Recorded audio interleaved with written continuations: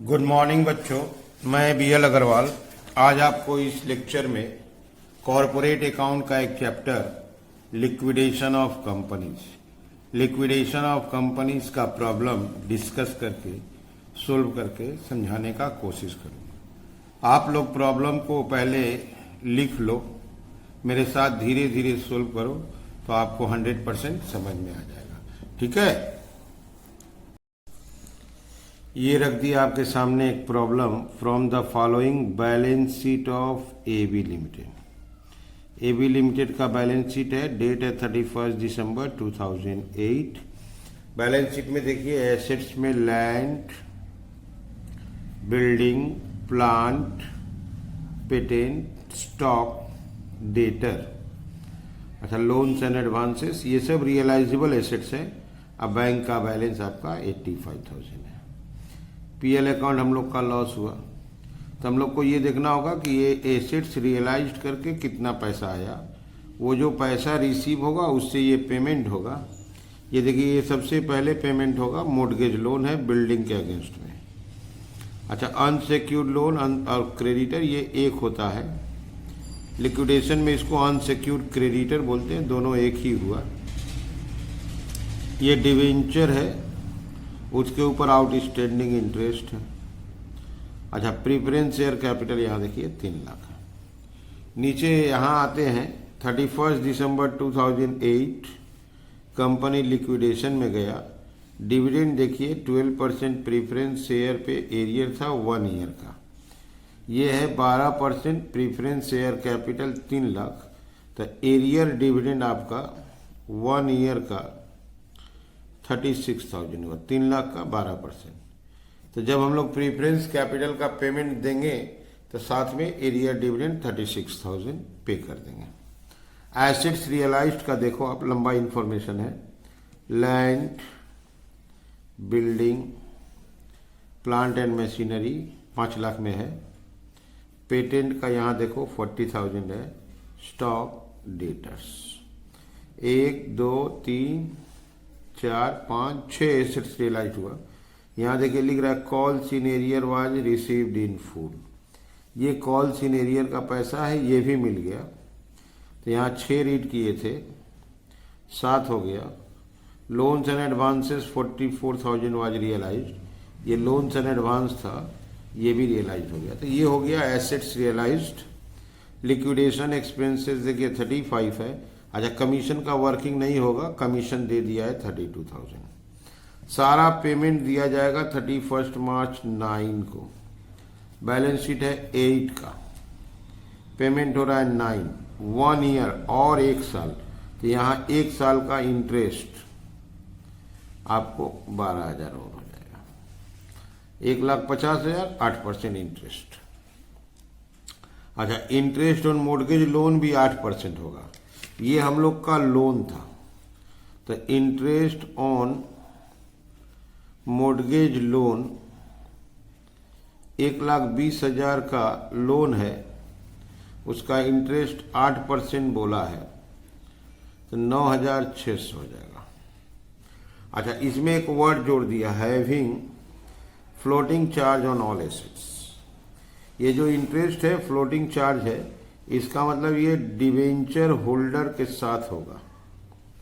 Debenture holder के साथ उसका पेमेंट करेंगे। लोन को मॉर्गेज है, सिक्योर्ड है, इसको ऊपर पेमेंट कर देंगे।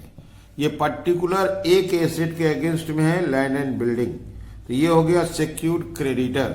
लेकिन उसका इंटरेस्ट जो है उसके लिए बोला है floating charge. Floating charge on all assets बोला हुआ है।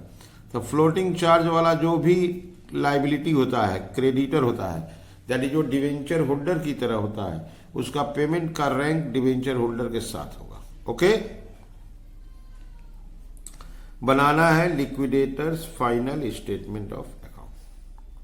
ठीक है, चलिए इसको सोल्व करके देखते हैं।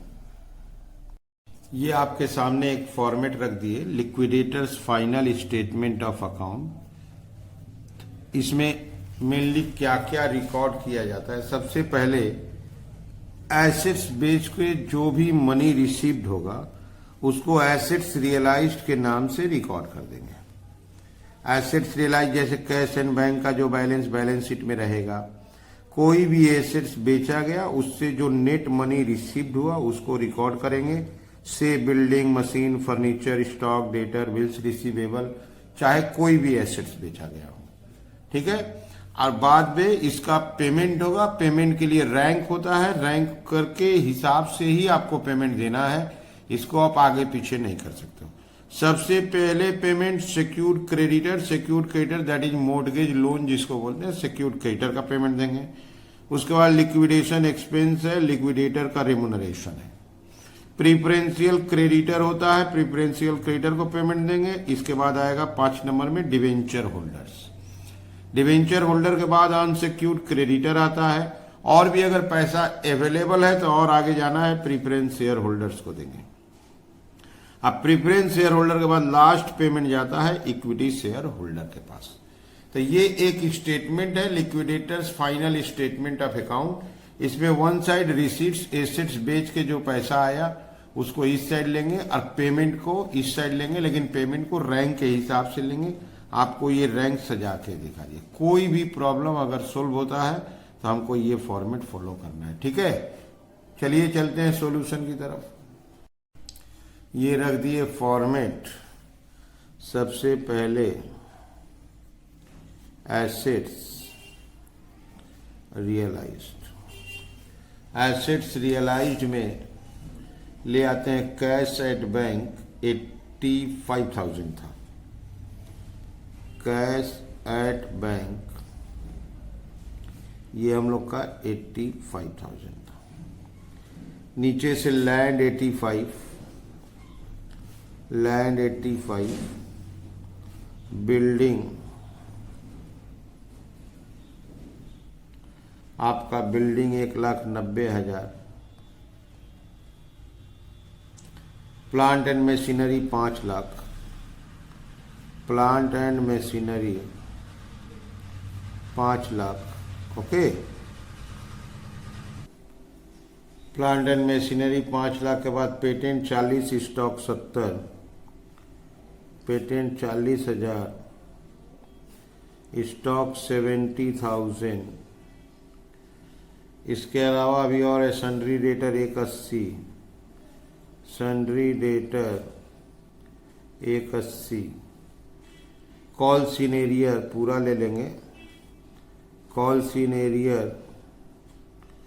सीनेरियर आपका 50,000 है। अच्छा, loans and advance 44,000, loans advance 44, 2 4 6 8, ठीक है। ऐड करके बाहर कर देते हैं 1244। तो हम लोग के पास कैश एट बैंक था। अब बाद बाकी एसेट्स रियलाइज किए, ऐड करके 1244। इसको आप एक बार देख लो। ये देखो कैश एट बैंक 85 था। एसेट्स रियलाइज में देखिए land, building, plant, patent, stock, debtor, call in arrear received in full, तो ये पूरा 50, और लोन्स एंड एडवांस का आपका 44, ठीक है। अब सिक्योर्ड क्रेडिटर का पेमेंट करेंगे 1,20, एक्सपेंस 35, कमीशन 32, ठीक है। पेमेंट में सबसे पहले लाते हैं secured creditors 1,20,000, liquidation expenses 35,000, liquidation expenses 35,000, liquidator's commission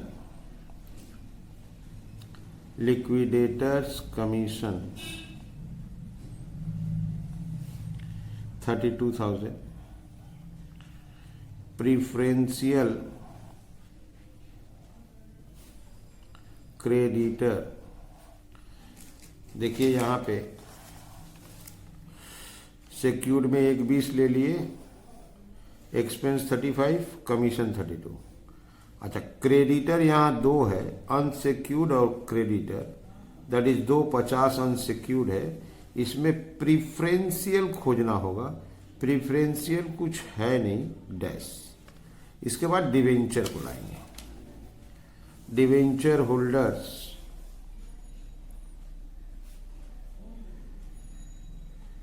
and others having floating charge. Debenture holder and others having floating charge, उसमें आपका डिवेंचर का आपका 1,50,000 है, एक्रूड इंटरेस्ट 25,000, एक्रूड इंटरेस्ट आपका 25,000, interest for the year current year 8-9, साल भर का interest आपका 12,000, interest on mortgage loan, mortgage loan का इंटरेस्ट आपका 9,600, 1,20,000 का 8%। तो डिवेंचर और ये बैलेंस शीट के अंदर था, 1 साल के बाद पेमेंट हो रहा है, इसलिए ये दोनों। अनसिक्योर्ड क्रेडिटर्स, अनसिक्योर्ड क्रेडिटर आपका 2,50,000। Preference share holder, preference share holders, इसका प्रीफरेंस शेयर कैपिटल और एरियर डिविडेंड। प्रीफरेंस कैपिटल आपका 3 लाख था और 1 साल का एरियर डिविडेंड आपको बताए थे 36, थोड़ा इतना आप देख लो एक बार फिर से। डिवेंचर 1,50, इंटरेस्ट 25, 2008 पेमेंट हो रहा है 2009, तो 1 साल का इंटरेस्ट 12,000, मोर्गेज लोन का 8% इंटरेस्ट 9,600। ये दोनों अनसिक्योर्ड क्रेडिटर में।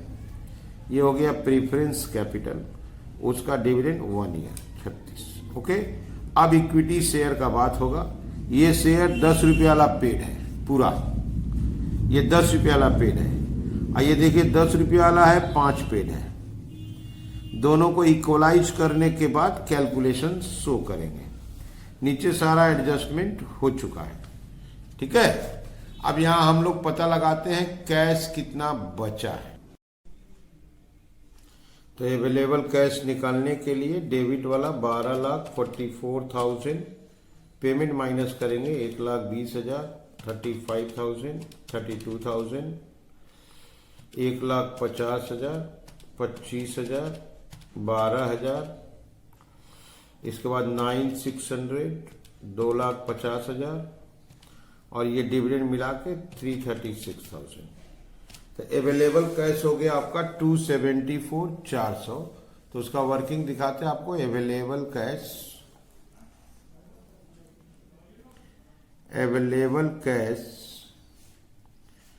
274,400, ठीक है। यहां देखिए ये जो कैश अवेलेबल है इक्विटी शेयर होल्डर के लिए है।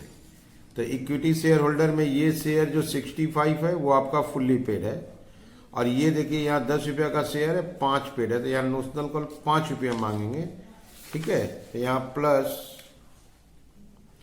नोशनल कॉल 20,000 शेयर पे 5 रुपया करके ₹1,00,000, इसको ऐड कर देंगे 374,400। अमाउंट रिफंडेबल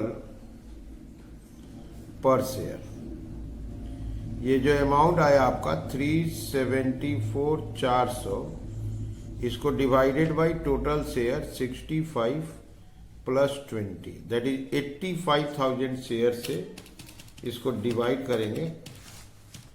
रिजल्ट आ रहा है आपका 4.4047। इतना डिजिट लेते हैं, 4 डिजिट लेते हैं एक्यूरेट करने के चक्कर में। तो देखिए यहाँ आया 4.4047। तो amount refunded to equity share holders, तो पहला वाला इक्विटी शेयर 65,000 था, उसको वापस करेंगे 4.4047। तो 65,000 को 4.4047 वापस करेंगे 286 306 रुपया, 286 306 रुपया। अमाउंट रिसीव करेंगे 20,000 जो शेयर था उससे पैसा रिसीव करना था 5 रुपया, उसको वापस देना है 4.4047, दैट इज 5 रुपया माइनस 4.4047। तो उससे ओवरऑल लेना है आपको 0.5953 लेना है इंटू 20,000, तो 11,906 उससे लेना है, ठीक है, और दूसरे को वापस देना है। तो इसको फॉर्मेट में ले आते हैं, यहाँ लिखेंगे equity share holder, equity share holders 20,000 share पे उससे पैसा लेंगे 0.5953, 11,906। इसको पैसा देंगे इक्विटी शेयर होल्डर्स, इसको देंगे 65,000 शेयर पे 4.4047, 286 306। अब हम लोग अगर दोनों साइड का टोटल करें तो दोनों साइड का टोटल इक्वल हो जाना चाहिए 1255,906, 1255,906। इधर से 1,20,000, 35,000, 32,000, 1,50,000, 25,000, 12,000, 9,600, 2,50,000, एरिया डिविडेंड मिला के 3,36,000, 286 306। ओके, तो इसका मतलब टोटल हो गया 1255,906। ठीक है, तो सारा पेमेंट देने के बाद इक्विटी शेयर के लिए जो पैसा अवेलेबल था वो था 274,400। शेयर को इक्वल करने के लिए 1,00,000 रुपया नोशनल कॉल लिए, 374,400 टोटल शेयर से डिवाइड किए तो रिफंडेबल आ गया 4 रुपया 40 पैसा एक शेयर के अगेंस्ट में। तो फर्स्ट वाला शेयर फुल्ली पेड था, उसको उतना पैसा करके वापस किए। सेकंड वाला से 5 रुपया लेना था, 4.40 देना था, 60 पैसा के आसपास उससे रिसीव कर लेंगे। ठीक है, तो ये हो गया सॉल्यूशन। उम्मीद करते आप लोग को समझ में आ रहा होगा। ठीक है, ओके, थैंक यू, बाय।